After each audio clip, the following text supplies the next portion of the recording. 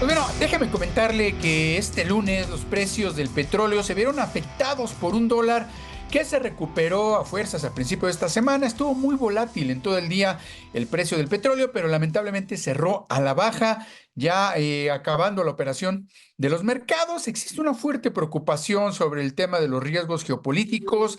Existe un tema a que Rusia restrinja las exportaciones, al igual que sucede con Irán. Y por supuesto, muchos de los especialistas en los mercados y sobre todo en el tema energético, pues ven que la nueva administración del presidente electo Donald Trump ejerza todavía más presión en todos estos temas geopolíticos.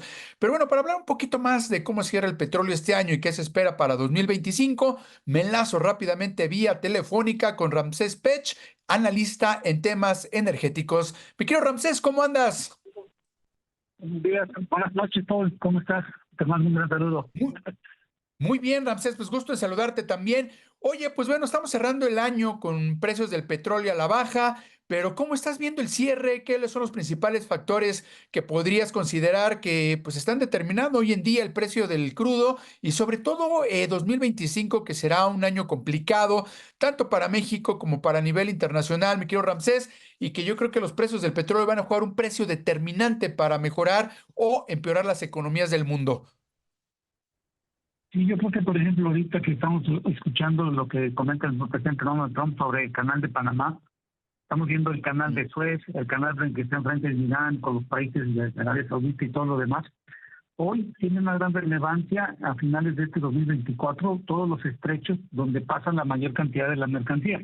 Ya lo vimos en los problemas que se tuvieron en cuestión de las guerras en el Medio Oriente, que muchos barcos tuvieron que ser desviados por Cabo Esperanza, y eso incrementó entre los tiempos entre 3 hasta 4 o 5 semanas, incrementaron los costos, y por eso hemos visto un precio del barril que ha estado fluctuando, como lo hemos visto, entre rangos del 65 a $75 de barril, como lo que referenciado al Brent, y el WTI, que es el de Estados Unidos, bueno, ha estado entre los 65 y $70 que hemos estado viendo en estos últimos momentos. ¿Qué espero yo para el año 2025? Que el precio del barril va a depender mucho de las fluctuaciones y las cuestiones geopolíticas, sobre todo de las decisiones políticas que va a tener el presidente Trump a partir del mes de enero, y esto nos conlleve a saber la realidad del precio del barril. Y esto creo que en México tenemos que tenerlo muy en cuenta porque nos puede afectar en el corto plazo a nosotros. Creo que es importante lo que comenta Ramsés sobre el tema de los cruces, por ejemplo, de las grandes embarcaciones por los temas geopolíticos. Nada más que para que la gente, por ejemplo, entienda, el 5%, Ramsés, del comercio marítimo mundial, pues pasa por el canal de Panamá y de cierta manera el que de pronto las autoridades que controlan estos pasos a escala mundial, pues aprovechen el tema de la oferta y la demanda para poner precios muy por encima de lo que normalmente se cobra por pasar un barco. Híjole, pues creo que sí es un tema que debería de acordarse entre los países, ¿no, Ramsés? Creo que tampoco se vale aprovecharse de estos temas, ¿no? Sí, y podemos ver en Ecuador, en países de Sudamérica que tienen problemas, sobre todo que les surtan cierta cantidad de petrolíferos, gas natural. Ya hemos visto Ecuador que tiene problemas, sobre todo para la generación de electricidad por la falta de gas. En Bolivia, estamos viendo una Argentina que está tratando de sacar la exportación de su crudo. Y forzosamente tienen que pasar muchos de estos, ya sea de ida o de regreso, por el canal de Panamá. Hemos de recordar que Estados Unidos manda una gran cantidad de petrolíferos, como gasolina y diésel a Sudamérica, y esa es una de las cosas que está haciendo y viendo Trump en ese sentido, del canal y el estrecho de Panamá. Pero creo que, vuelvo y repito, aquí creo que en México vamos a tener un gran problema, porque fíjate, hicimos una investigación y revisamos quiénes eran los que tenían un mayor consumo de gasolina principalmente. Y sacamos 10 Ujú. países. Y resulta ser que Estados Unidos consume 1.422 millones de litros diarios en promedio de gasolina.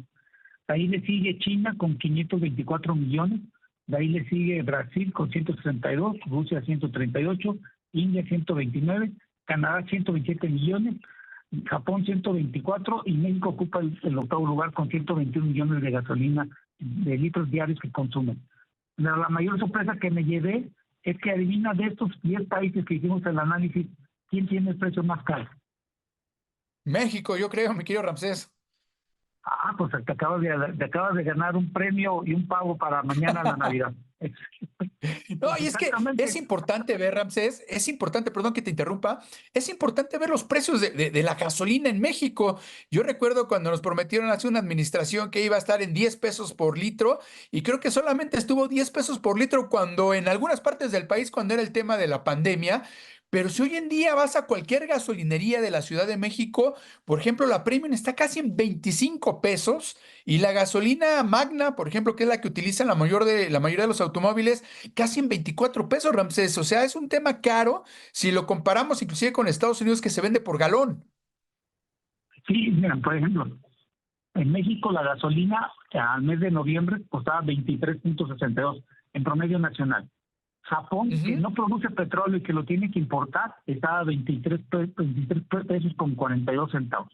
Estados Unidos estaba en 16 pesos con 49 centavos. E Indonesia y Arabia Saudita pues están por debajo de los 13 pesos. Pero México es el que tiene el mayor costo de la gasolina a nivel mundial de estos 10 países de mayor consumo. Y esto proviene porque el 40% del precio de la gasolina que paga el consumidor, el 40% se va en impuestos, entre el IEPS y el IVA.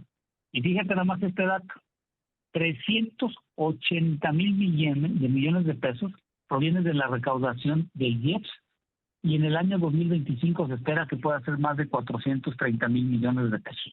Imagínate esa cantidad de dinero que están ingresando en nuestro país y no se está sabiendo utilizar. Y creo que uno de los principales problemas, y dejarlo bien en claro, que el precio del barril influye mucho, porque la Secretaría de Hacienda y Crédito Público es una regla que hemos estado observando, que cuando el precio del barril sube, automáticamente no hay un estímulo, y cuando baja te dan un estímulo, entonces depende del precio del barril.